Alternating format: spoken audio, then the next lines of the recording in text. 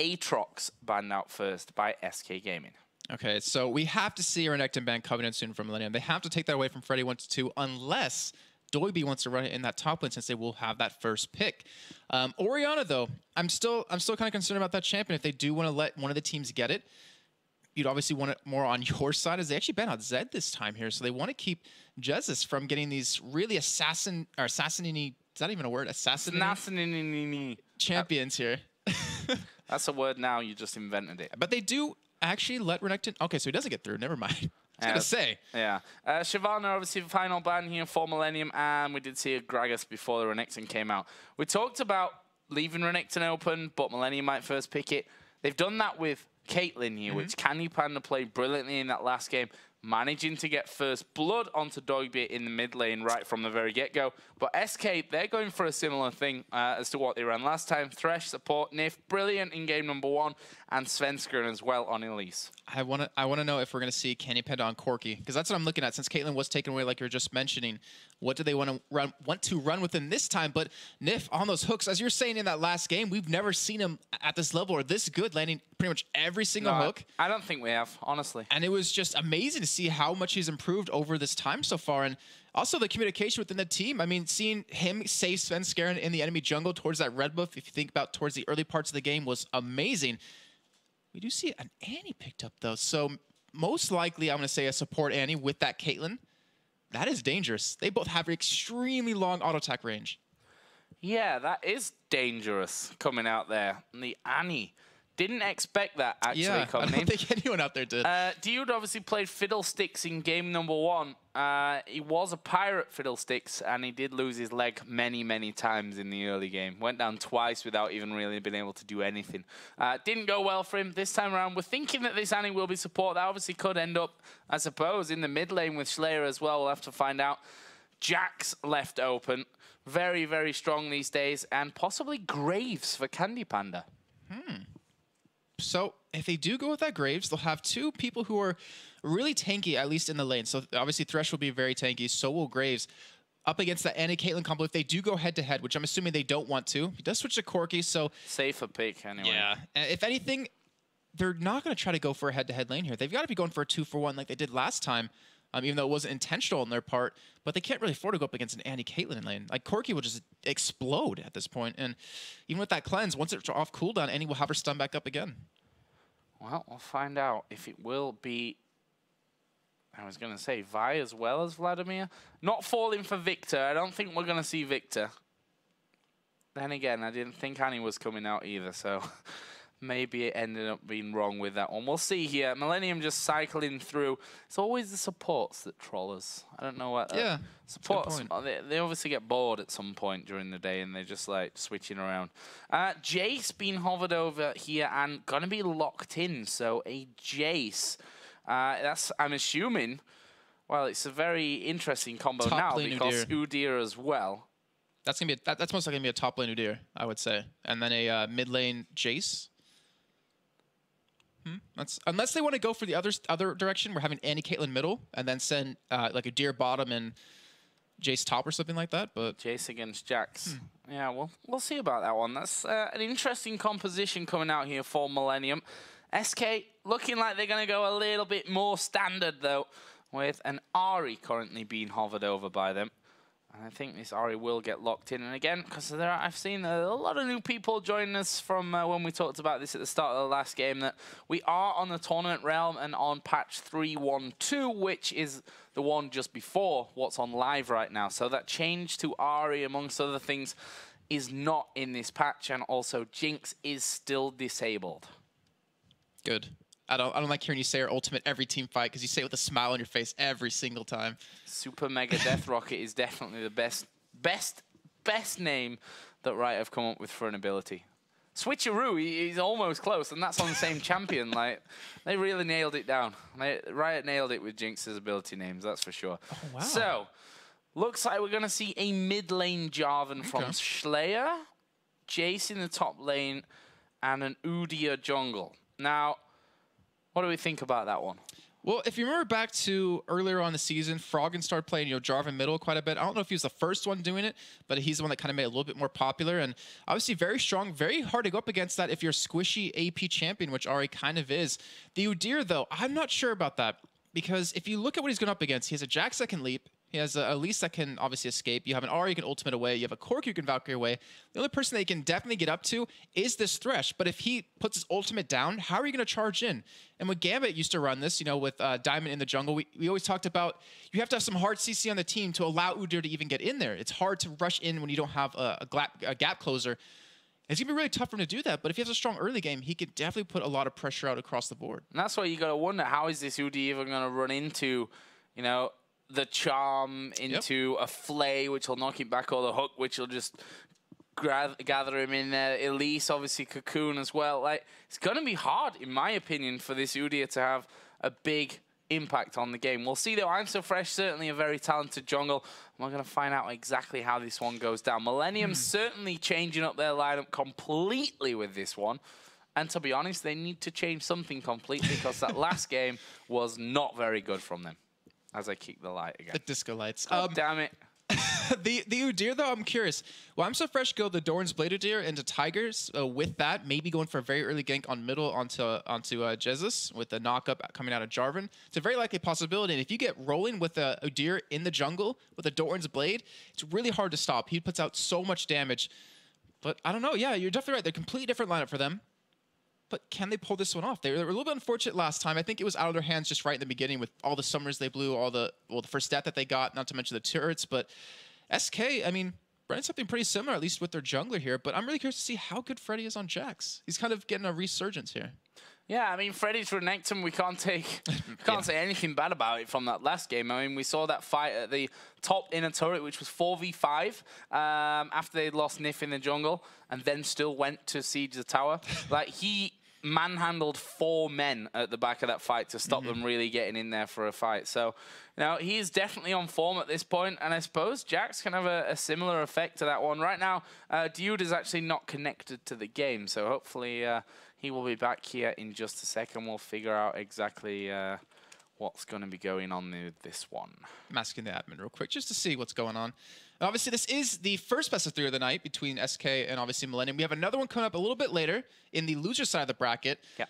But Joe, what's your thoughts really quickly on the Millenium, or not the Millenium, the Meet Your Makers game? I mean, obviously we didn't watch it, but seeing Copenhagen Wolves take a very quick victory against them, that was honestly, to me, that's a little bit unexpected, at least for a Meet Your Makers side, to really lose that quickly. Well, you're right. I can't really say much about it because I didn't see it. Yeah. So it's hard to make any kind of judgment on that front. But it's a quick win as well for Copenhagen Wolves. And Meet Your Makers, for me, they're a team that we saw them at the start of the summer split doing so well. The momentum that they gained game by game seemed to really carry them on. But once they started losing game after game after game after game. They're a very, roller coaster team when it comes to momentum. Like when they're on the game, they look brilliant and they look like they can beat anyone in the world. When they're off it, they look like they just can't beat anyone. And, they kind of need to find a middle ground there some way. Hopefully, the time that they've had in between the LCS and moving up towards promotion, things can change there. But right now, Copenhagen Wolves lead that series 1-0. In our series here, SK are beating Millenium 1-0. So let's get into this one and see exactly how it's going to go down. And whether Millenium can get off to a better start than they did in our first match. Well, they're not grouping up middle here to go up against SK yet again, but SK is going for an invade.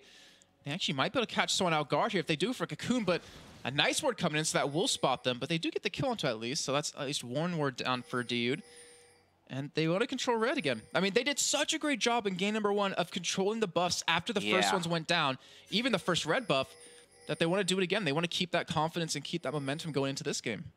Yeah, they were so good in game number 1 when it came to buff control. Every bit of control, like they were warding right from the very get-go with Nyph, who obviously went with 4 wards right at the start. Not quite on the same this time around. I say that, but he's already put 2 wards down, right? Yeah, he has. Good job, Joe. Good stuff. But they've got those 2 deep wards in there, and including this one, which is what we were talking about in game number 1, about that 4 ward start from Nyph that they want to see. what's happening in terms of lane composition, how that one's all going to shape up. That's what they're going to have to work with this time around. They know that Millenium are on the top side of the river here. That ward has already spotted that out. So Millenium, they've not got a lot to work with here, to be honest. Yeah, I mean, the only information they got is from that one ward over towards red buff, which obviously doesn't give you too much. It tells you where the AD carry is, though. Obviously, it was seeing Nyph go through it. But it's not as much information that SK has through theirs. So now Fresh is going to have even a harder time here trying to gank because he will be spotted going towards his red, and Jax will know he's down there, and we're actually having lane swaps come in. So we are going to see the 2v1 top lane for SK, which we were kind of expecting, to be honest, and a 2v1 bottom here for Millenium. Yeah, and I think Jax is to have a hard time against Jace early on anyway. I mean, he jumps in, you knock him straight out there. You've got a perfectly timed Counter-Strike. The range that he has is going to be a problem to deal with. So in a 2v1 or a 1v1, I think Jax would have struggled anyway. I think this is a better turnout for SK. Yeah, and he actually went back really quick and bought a couple of extra health potions too, realizing he won't be able to get in range of any CS anyways, which is actually smart on his part. And Svenskeren already had his blue buff, and SK knows that ImSoFresh is over at his red, so they might actually have Svenskeren go bottom here just to make sure Jax doesn't get pushed out of lane and does actually pick up a couple of CS here instead of falling too far behind. They spotted ImSoFresh's position. And this Jarvan middle, that's something to keep an eye on here coming out of ShLaYa. Oh, at level 2 at this point. We'll see where he puts his points. And second point actually coming into Dragon Strike there. So he's going to be leveling all that up first. As I said, bottom lane, 2 versus 1. Dioud always going to be a threat as he builds up this stun, but I don't know. I think Freddy, the way that he played in that last game, he was looking on form. I don't think he's going to make any mistakes about this one. Yeah, he's just trying to get the experience he needs to keep leveling up, hit that level 6 point where he becomes pretty strong. But we do see ImSoFresh already here in the bottom lane. They're actually going to go for a push onto it, and right now Jack's getting stunned. Yeah, stun coming in there, but ImSoFresh getting a little bit close in on the turret there, taking a lot of hits. He went off to Nanouk for a little while. Freddy managing to survive from that one, but he's used both his Ignite and his flash as the Piltover comes through. ImSoFresh going to flash in there. He's going to pick up first blood this time around. Svenskeren wants to get the kill on him, though, and he will be able to get the kill there. And that will leave us at 1-for-1. Svenskeren's buff's going to get reset. But the first blood did go over to ImSoFresh. We'll see how that really, leads him forward now after the start that he had. And Millenium coming out a little bit ahead on that one just because they got the 2 assists over for Nanouk and Dioud. So they got an extra assist over the other team. But I don't know. I think that favors SK a little bit more just in terms of getting a reset on the double buffs for Svenskeren. That makes his ganks even more deadly.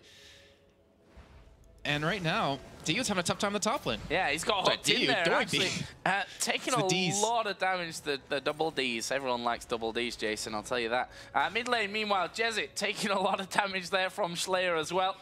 Not quite forced out of the lane. Didn't use his flash either, as did not ShLaYa. So both of them still have that available.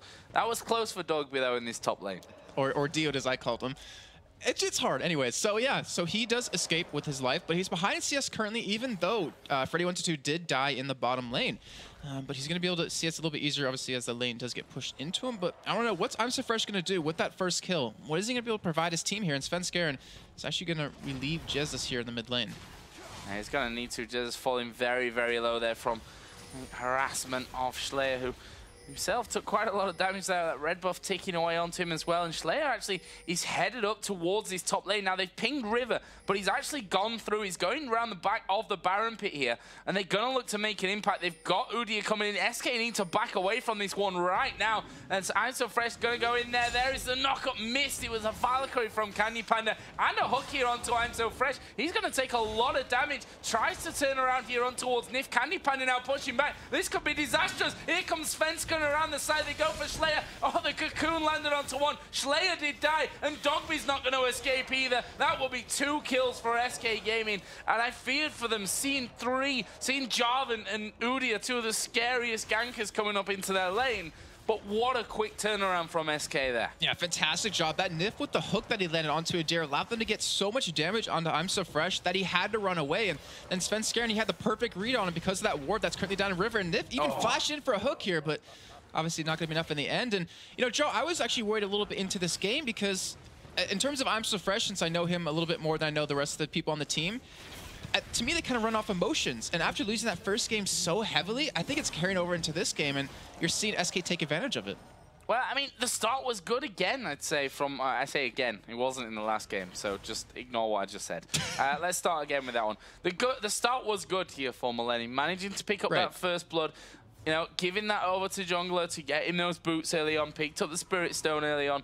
So, you know, things get moving from there. They got the assist on the AD carry, on the support, which allow other things to happen as well, but that whole gank on the top lane, like, it's always going to be dangerous anyway. We talked about it before, the whole flay, the fact that you can get hooked in there when you're not expecting it, and they're not super tanky at this point of things, and we saw just how much damage can come back. Svenskeren reacted to it perfectly as well. Elise, extremely strong kit that she has, able to bring 2 kills their way, and it's already a 1,200 gold lead for SK. And look where ImSoFresh is on the minimap right now. He's trying to set up for a gank on the bottom lane here, but I think he was looking for Jax, not for Candy Panda, as he's just going to back away instead. But right now, look at what's happening on the top side of the map now. We see SK invading the blue buff here. They're trying to keep it out of the hands of most likely Doigby or even ShLaYa here, and they're going to be able to get this one if they do land the smite. Yeah, Doigby comes in there, smited away from Svenskeren.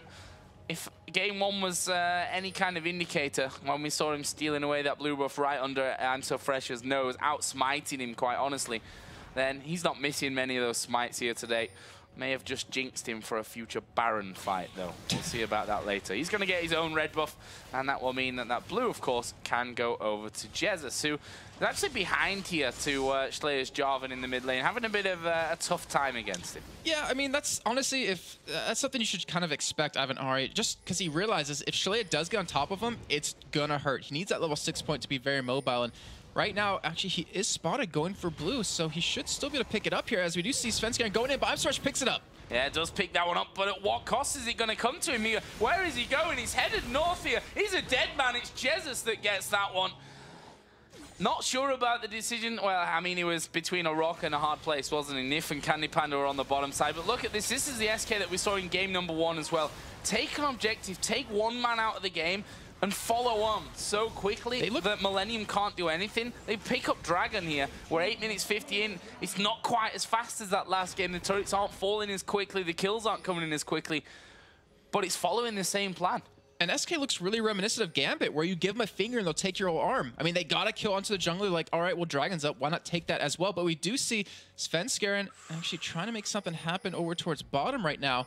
But he will back away instead. Not even going to go for the red buff here, but they've been limiting what ImSoFresh can pick up. He went for the boots of ability to try to be able to gank a little bit more often. ShLaYa taking so much.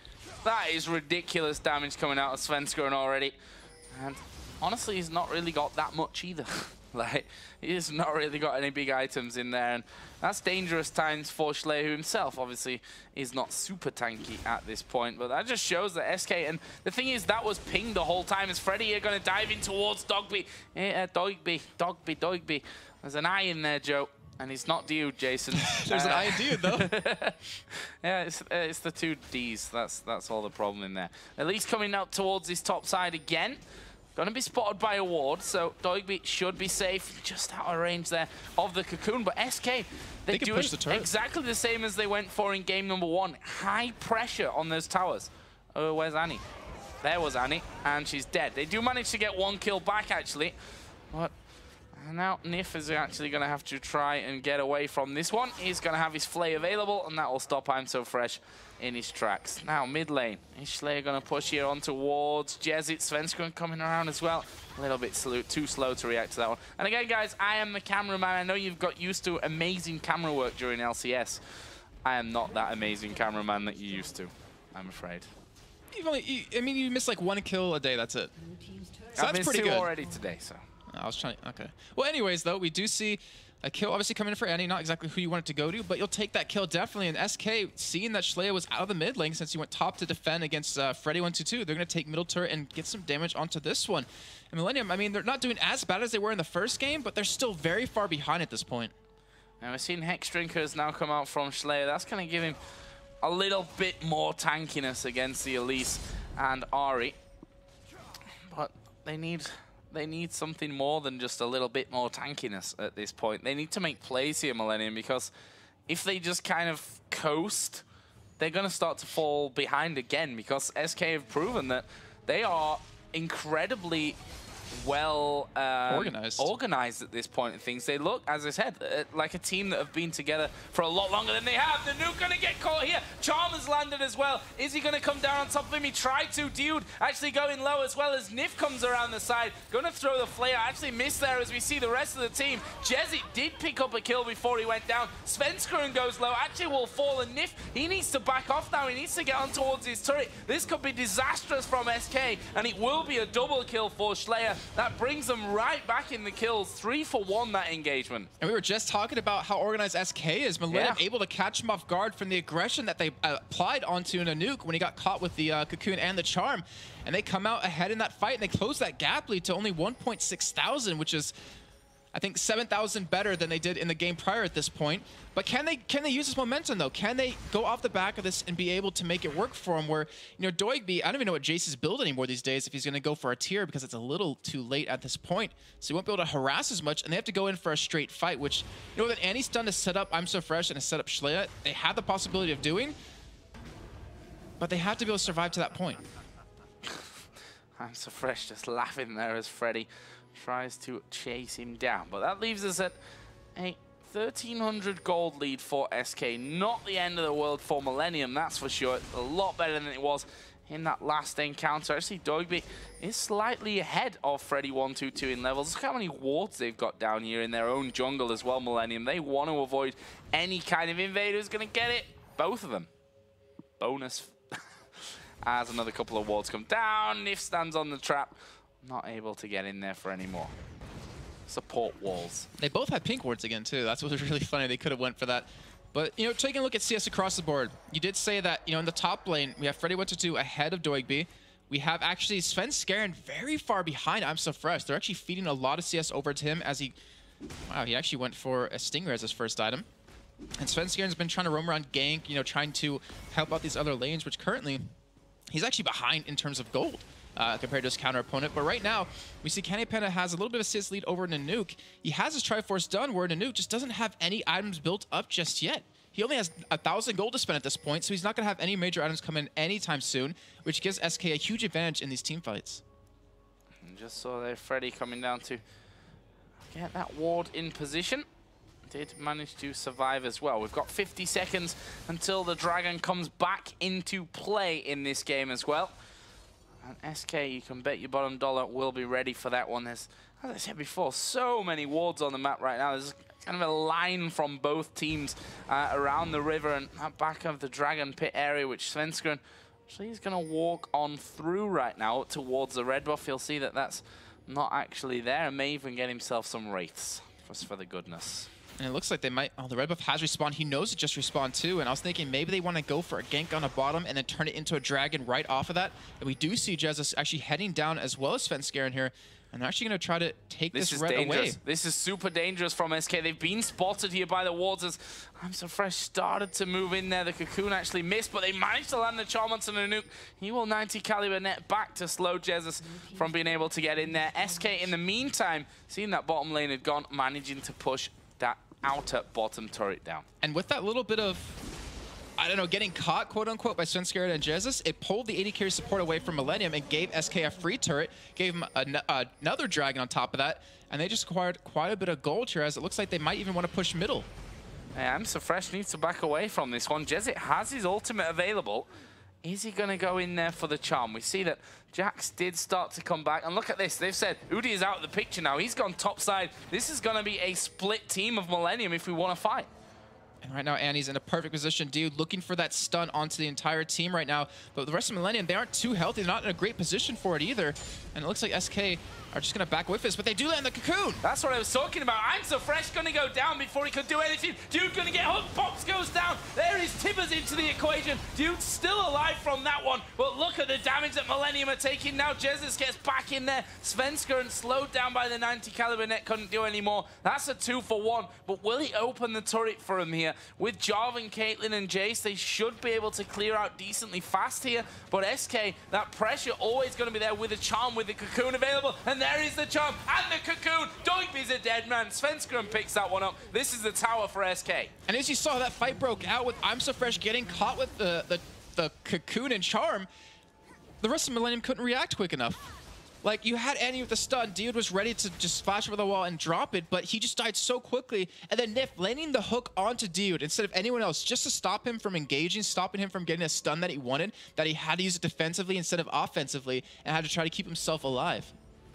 A lot of farm here for Candy Panda down in this bottom lane as well.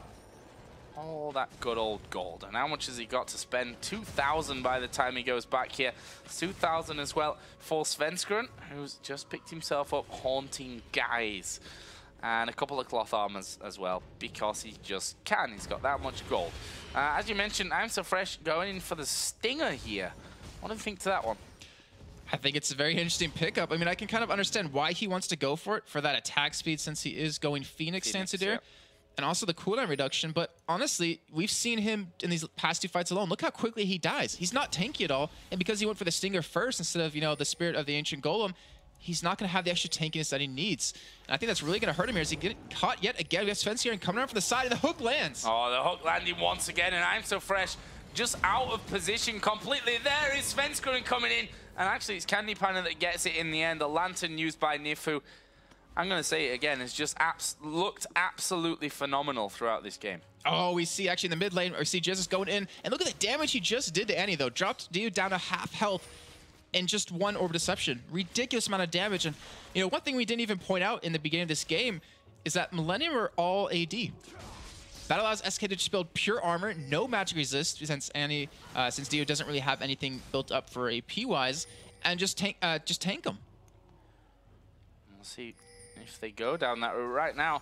They're pretty high on the damage front as Doigby here. Oh, flashes away from the cocoon, but that was landing if he didn't flash it. And SK now, well, they've got complete positioning. Freddy, yes, he's going to get caught out up by the blue buff, but SK have positioning on this middle lane, but will they want to stick around for a 5v4 fight? Yes, they will. Nyph goes right into the middle. Apparently, the rest of the team didn't really get that memo. Doigby going to be followed up from there. That's another cocoon landing. Charm missing on towards ImSoFresh.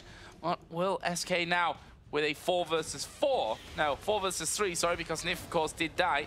Will they go for anything? Actually, Candy Panda, he's going for the fight here. Did get stood on a Caitlyn trap there, which stopped him from chasing in any further. But if he's able to take Udyr down basically 1v1 there, that is bad sign. That's exactly what we were talking about before. I mean, he has a pickaxe now. He's still building damage when he doesn't have the tankiness to survive against the AD carry at this point in the game. And right now, I mean, honestly, I'm looking at this, and I feel like Millenium is kind of just conceding it right now. I mean, with the position that ImSoFresh has been in constantly, you know, at blue buff getting caught, and then right there coming around from the backside trying to pull the minion wave away, I'm just not exactly sure that they're playing to their utmost level right now, and blue buff going to be stolen away yet again. Yeah, there was a ward there. They were stunning it for a while, but no one from Millenium could even think about reacting to that one. And that will be a nice blue buff steal. Their blue buff is, in fact, up as well, so you'd imagine that Jesiz is going to head himself around and make sure that that one is going to be secured as well. Dragon's coming up in 1 minute and 20 seconds. We have currently a 5,000 gold lead for SK Gaming, showing in their items well a very much assassin-based Jesiz at this point with that DFG in there as ImSoFresh going to come around. Candy Panda is there as well. Second time caught out of position. Not really sure what ImSoFresh is aiming for at this stage. Yeah, I'm not too sure either. And I'm trying to think back to some promotion tournament. I think the same thing happened then. I mean, I know what he's going for. He wants to make some big plays happen, but with the warrior that SK has, yeah, he's just not it's just not working for him. And right now, we see actually a last whisper picked up for Candy Panda, which is kind of interesting because the other team doesn't really have any armor built up just yet. But obviously, it will come a little bit more in handy a little bit later on. But we do see the Zephyr picked up, though, for Udyr. So he does have a little bit of attack damage, some movement speed, some cooldown reduction, and tenacity in there. But all the tenacity in the world won't save you if you die that quickly to 1 or 2 people in SK. They're looking to steal away the blue buff here. Need to be careful because Dioud's coming around. He's got the Oracle Elixir on him as well to start things off in terms of clearing out, but won't be needed. Red buff stolen away. SK back off. And with the gold they have, do they have enough to spend? No, they're not sitting on that much gold, but Dragon will be up in 4 seconds, and they're sitting inside of a bush. They're waiting for someone on Millenium to kind of come by the side so they can pick him off, but either way, Millenium can't contest this Dragon. It will go over to SK, and that will just strengthen their gold lead even more here. Easy pickup, not contested whatsoever. And honestly, ImSoFresh, You know, I said it in that last game when we were like, wow, that's really bad. And I also made the point of even first blood is not, you know, it's an indicator of maybe what's coming in the next couple of minutes or what have you, but going further forward, it can a lot of the time mean nothing. And look at ShLaYa now, 2-5-3 after having such a good start of things. He's been caught out of position is maybe even an understatement for it, like completely out of position in the middle of nowhere. Like you can't afford to do that here. Millenium 1-0 behind. It's looking good for SK, honestly. And look at him again. He's still pushed up on that minimap. Oh, we see Dioud dead. Dioud. Yeah, he's dead from that one. He's actually going to see ImSoFresh headed down towards this bottom lane right now with that Zephyr as well, which may give him a bit more of an edge against Candy Panda, but the way that Candy Panda manhandled him in that last fight, you're going to have to probably say not going to really do a lot. Cocoon actually missing this time around. ImSoFresh walks in there on towards Candy Panda. Did get away this time around, but he's low, leaves the turret completely open for them. And it leaves SK with a 5-on-3 potential here. The charm does land again onto ShLaYa, but not the Cocoon, so they're just going to go for some damage onto the turret. And you see Freddy 1-2 in that top lane just hammering away at that tier 2 turret. Yeah, that's going down here. They're not going to be able to stop that one happening. I don't think he's even going to care about the waves coming in. No, he does get that one. Cocoon landing on towards ShLaYa as well. And we see Jace trying to put back as much as he can as Nyph are going to get engaged upon. There is the Cataclysm coming down. ShLaYa going very, very low. Dioud actually going to get in a great Tibbers. They're on top of them here, Millenium, doing a lot of damage. Svenskeren actually took the ace in the hole there as a flash from Candy Panda putting behind. Cocoon doesn't land as they want to, but here comes the cleanup crew. Jesiz getting in. He actually stood on a trap there, I think, or was stunned up maybe from ImSoFresh, but either way, that's 2 men now down. The rest of Millenium are very low, and Jax is going through the base on his own here. Freddy 1-2-2, the super satisfying sound of a Jax hammering on buildings. He's got the inhib down to half HP. They're not going to be able to stop him. Maybe they will. ShLaYa's actually powering in there with home guards, and Freddy just leaps away to safety. What's ImSoFresh doing right now? Look at him on the map. He's in the bottom lane, pushed up that far. I guess he was trying to look for someone, but they weren't even near there. And because he didn't back up quick enough, the inhibitor does stay alive barely, but they get the turret at least, and that allows SK to go in for a push here. And you saw how low Candy Panda and Jesiz were when they finally did escape in the end in that fight. And just imagine if Dioud had maybe a little bit of AP, or maybe ShLaYa had a little bit more damage, or had the Cataclysm up during that fight, it would have been a little bit different. But ImSoFresh, he's dead. That's a dead bear. Yeah. He knows it. He knows it as well. As he's just like, I'm just going to get a bit of farm while I'm here, you know. Gets himself 2 CS. In comes Candy Panda. Pretty much just one-shots him there on his way through. Candy Panda's like, well, that's 1,700 gold I've now got to spend. I've got my Triforce. I've got my last Whisper. And now I'm just going to move in there as we see Jesiz going in on towards Doigby. And Dioud did try and come across there, but didn't even have that stun built up. I wouldn't have been able to stop Jesiz, I think, moving through anyway. Candy Panda, by the way, did pick himself up another BF sword. So, I say another BF sword. First BF sword is going to be going in towards that Bloodthirster from this one. This is SK's game to lose now. Yeah, and it's kind of a shame, too, because we do see Nyph getting caught over at blue buff really quickly. But in terms of, you know, it's kind of a shame is because Millenium did have a decent lineup. I just love that sound of hearing her die. Like, they had a good lineup. If Jace maybe got a tier and could actually harass, you know, from range. Baron. If he could poke, then he would actually get SK low enough that an anti-stun would be able to help clean up the entire team. But it's just unfortunate for him. He hasn't been able to get too much farm in lane. He's been shut down 1-4. He had to go for a last Whisper as his first buy, and now the other team's going to have Baron against him here. Yeah, Baron is picked up here by SK Gaming.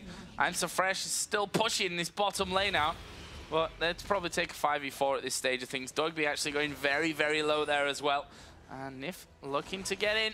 Slowed down there by the 90 caliber net. But honestly, as I said, SK's game completely to lose. Almost looks as if Millenium have already given up, honestly. Yeah, I completely agree. I mean, we see ShLaYa middle. He's going to get 1 turret. We see actually ImSoFresh go back from that turret on bottom to pick up blue buff. And the rest of SK like, all right, well, we'll just take a free inhibitor on you. And right now, with Candy Panda coming back here to ShLaYa, he should be able to 1v1 him here. And ShLaYa's not going to take that turret down.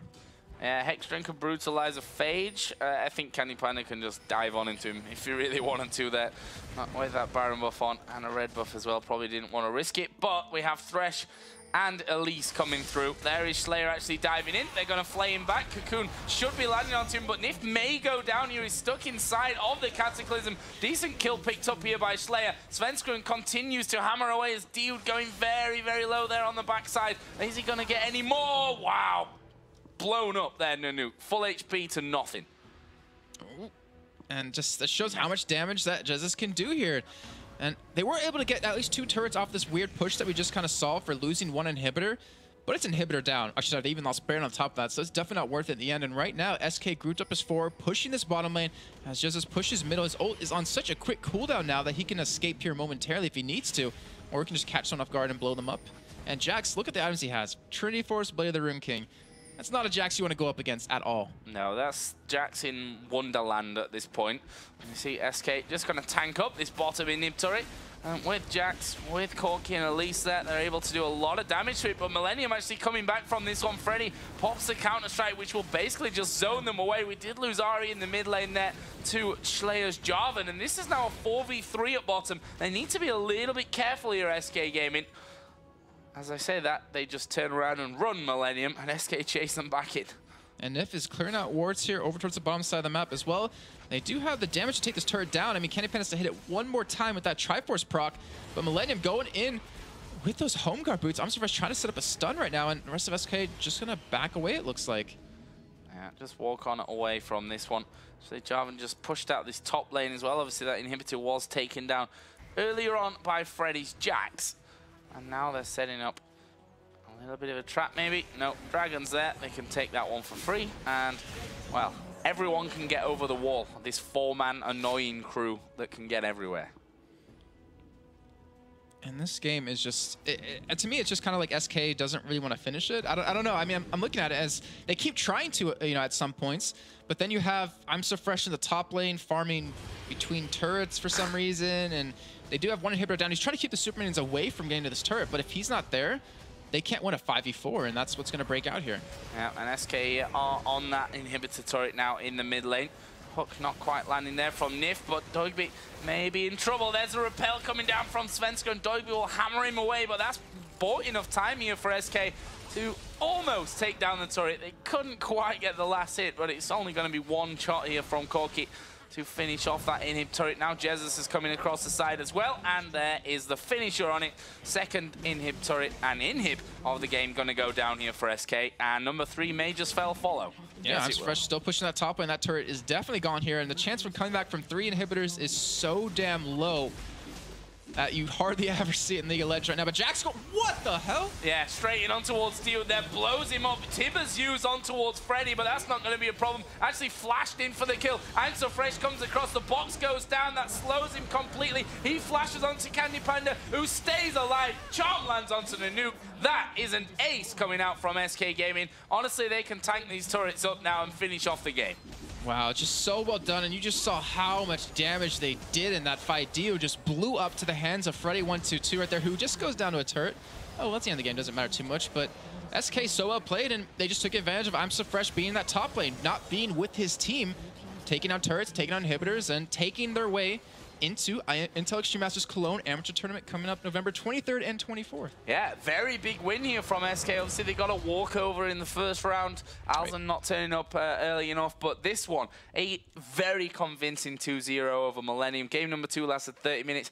Game number 1 didn't get close to that, and that's a very good sign from SK. Yeah, one thing we saw during that game as well is something that SK had problems with in summer split of LCS, is that they could get an advantage, but they didn't know how to close it. Even Ocelot was talking about they'd have like a 20,000 gold lead, and somehow they, at that 40-minute mark, they wouldn't know what to do. But SK here, I mean, when they did get like a kill or get an advantage at all, they would take advantage of it. I said advantage too many times, but they would take it and actually push it to the other team instead of just, lounging around, just keep farming. They actually seem to change their mindset here.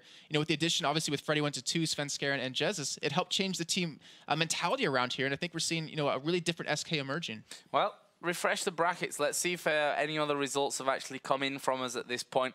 We are going to be moving next of all into a best of 1 in the lower bracket. So once we get these refreshed, we'll bring them up on your screen so that you can actually see all how that one's going to be going down.